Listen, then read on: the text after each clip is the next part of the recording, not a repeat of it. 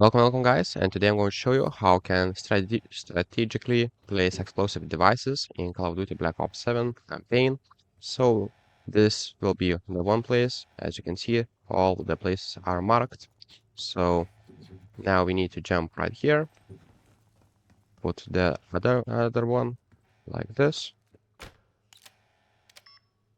by clicking on interact button. Okay, we need to fight a little bit. It's not a problem.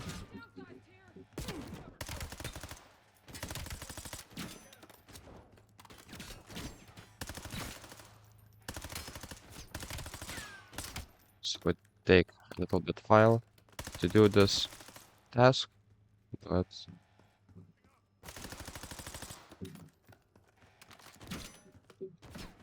okay, so now we can run downstairs right here and put the other one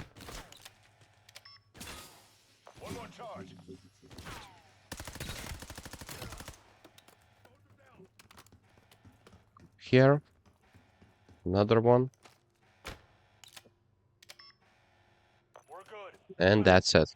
That's how you place all the explosive in strategically places. So if this video was helpful, please make sure to subscribe to Guide to Everything, comment down below for the algorithm, and see you in the next one.